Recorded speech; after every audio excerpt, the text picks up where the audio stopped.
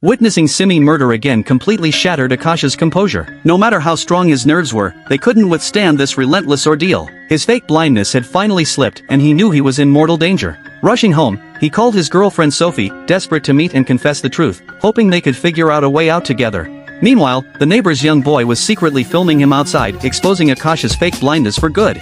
Soon, the doorbell rang. But it wasn't Sophie, it was Simi. She asked why he'd skipped the prayer service, handing him offerings as an excuse. Out of politeness, Akash took a bite and invited her in for coffee. What followed was a series of brutal tests. While he brewed the coffee, Simi slipped on a scream mask, but Akash stayed in character, not flinching. Next, she poured an unknown liquid into his cup. Trapped, Akash faked going for cookies and knocked the cup to the floor. Even a fool could see he was pretending now.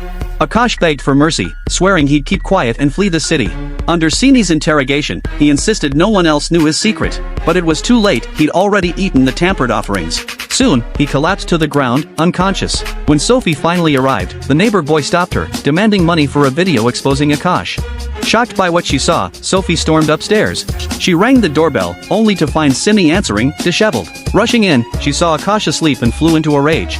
Simi stoked the fire, claiming she'd grown dependent on Akash after her husband's death. Furious, Sophie accused Akash of being a liar and a cheat, revealing he wasn't blind at all. This took Simi by surprise. Pressing for details, she learned the boy had leaked the secret.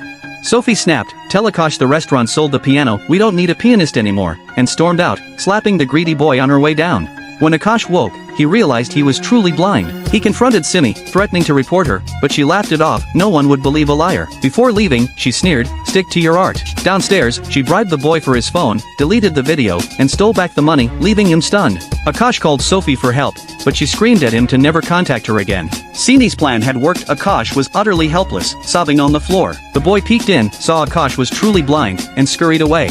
Elsewhere, the burly inspector, Simi's lover, argued with her, insisting Akash should be killed, as blinding him was still a risk. Simi snapped back, furious she'd been left to do all the dirty work. Reluctantly, the inspector decided to finish the job himself. Sneaking into Akash's apartment, he tied a cloth to the ceiling fan and choked Akash from behind. In a desperate struggle, Akash grabbed a clothes iron and smashed it into the inspector's forehead. The man collapsed, and Akash fled, stumbling blindly through the streets until he crashed into a pole and passed out. Hours later, Akash woke to a sharp pain. He was being injected with something. The man holding the needle claimed to be a doctor, saying he ran a clinic. Standing beside him were the lottery lady and her taxi driver husband, who'd found Akash and brought him here. The doctor examined Akash's eyes, explaining the damage was recent and could be fixed with a corneal transplant. He added an ophthalmologist would arrive that night for surgery. Over dinner, the lottery lady subtly confirmed Akash had no family or friends and revealed her true plan. She'd sold him to the black market doctor for 200,000 rupees. By nightfall, they'd harvest his kidneys.